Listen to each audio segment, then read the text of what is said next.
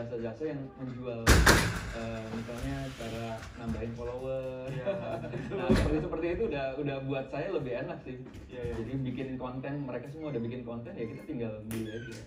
Menarik tadi ketika bilang bahwa massive imperfect action ya. Yang penting pokoknya buat aja dulu, nggak ada yang nonton, buat aja. Bener dulu. banget.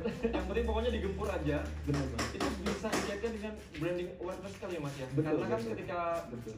main digital, misalnya main sosial media, let's say Mas tadi disebutkan TikTok, Ya. semakin banyak kita membuat konten, walaupun sebenarnya Ya. dari 1000 konten yang FYP cuma 5, tapi dari 5 itu kalau efektif ya bisa aja kan. Iya. Saya jadi ngikutin Brad Pitt ya kan. Brad Pitt kan waktu menang penghargaan tuh dia bilang gini kan. Iya. Selama 30 tahun saya main film, akhirnya saya dapat penghargaan seperti itu. Jadi intinya kamu tidak akan tahu film mana yang akan meledak gitu. Jadi kamu kalau ada proyek baru ya kerjain aja terus. Dari 30 film masa sih nggak ada satu yang meledak gitu. Tuhan kan juga kasihan sama kita lah kalau kita udah kerja keras gitu dan lain-lain, harusnya sih kita udah dapat satu yang berhasil, ya itu bisa nutupin semua kegagalan kita sih. Oh, itu Tuhan kan kasihan juga ya sama kita. Iya. Kalau bisa kalau saya bisa ngutip dari lagu Koplo, Gusti Allah mboten sare. Mboten sare, betul. Jadi mau nyanyi kan jadi saya. Tapi kalau Mas sendiri dari 800 website tadi, yang efektif berapa ternyata Mas? Yang efektif satu Mas. Satu. Oke, seorang hero buat dalam 800 website dari 2013. Iya. Yang efektif cuma satu. Iya.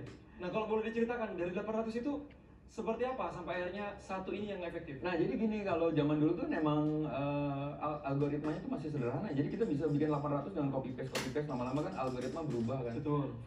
Google nggak mau kalau ini kita copy paste doang gitu ya. Akhirnya kita harus bikin yang sesuatu yang asli, original, foto harus asli, artikel harus asli. Nah seperti itu. Jadi ya kita ikutin perkembangan zaman sih. Akhirnya ikutin perkembangan zaman seperti itu. Ikuti perkembangan zaman ya. Nah, Mas boleh share nggak Mas? Jadi kan balik lagi ke tadi, banyak orang yang akhirnya mencoba digital marketing, asal buat konten, ya mungkin ya bisa dipraktekin sih tadi bahwa 800 konten, 800 website yang efektif satu. Cuman kan pasti akan ada strategi-strategi yang biar tidak membuang-buang waktu dan tenaga ketika membuat sebuah digital marketing. Kalau dari Beto sendiri, strateginya gimana? Strateginya, oh ya, ngomong-ngomong yang 800 website itu kan zaman dulu yang blogspot yang efektif satu. Cuma kan sekarang ini kan ada baru terus kan. Yang baru itu website officialnya ada 30-an saya kalau yang jalan sekarang ya. Jadi yang paling efektif tuh pengalaman saya ya, saya sharing aja ya. Ternyata yang penting kita konsisten tiap hari konten. Yang seperti Mas bilang tadi kan, pokoknya nggak ada yang nonton ya juga nggak apa-apa. Pokoknya aktif aja terus aja. Nah itu pengalaman saya di salah satunya di bisnis kemitraan saya ini kan, saya bikin konten sendiri, nggak ada yang nonton. Tapi ada 1-2 video yang itu viral. Yang viral akhirnya masuk TV dan lain-lain ya. Dan dari satu video itulah yang akhirnya saya saat ini itu di 4 bulan ya. Di 4 bulan tuh saya bisa buka 200 cabang kemitraan tahu. Oke.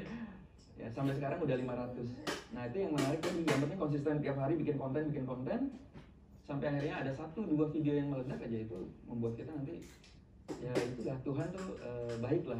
Tuhan baik ya. Tuhan baik kan. Tidur bisa melihat kita kerja kerasnya seperti apa. Nah Mas, tadi kan Mas bilang bikin video. Iya. Nah ini kan sekarang memang kita ada 2 platform. Tadi Mas sudah sebutkan bahwa ada Instagram dan juga TikTok. Dimana keduanya ini akhirnya sudah punya platform fitur video tapi memang semasif itu ya Mas ya untuk bisa merich engagement. Wah iya. Entah kenapa ya, coba teman-teman perhatiin ya, kalau nonton YouTube pasti bawaannya pengen nonton yang short kan. Apalagi yang joget-joget itu aja. Saya juga kalau di kamar mandi suka ke bawah nonton yang joget. Baru nyindir jangan-jangan. Saya sih joget-joget tapi dikit Mas.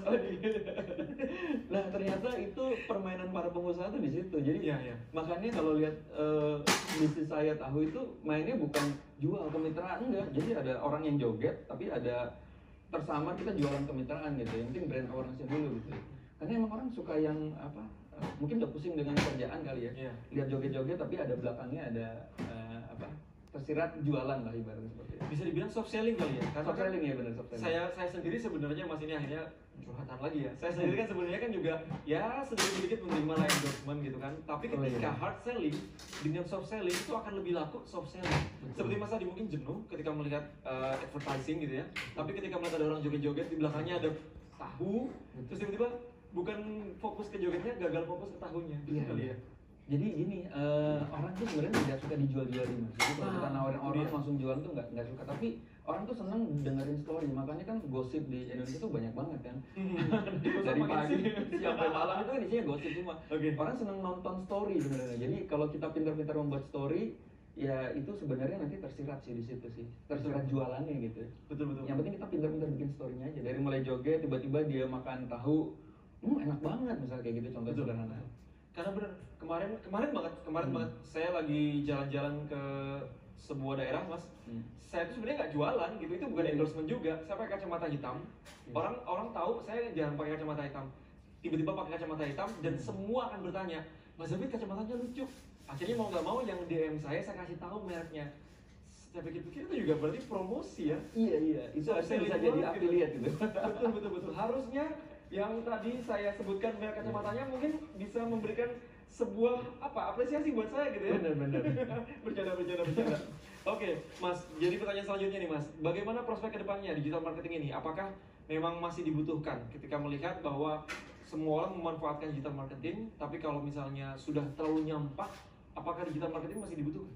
Ya, jadi kalau kata Bill Gates ya, kita kalau bisnis nggak ada di internet ya bisnis kita akan hancur sih. Jadi emang kita harus memaksakan sih mas.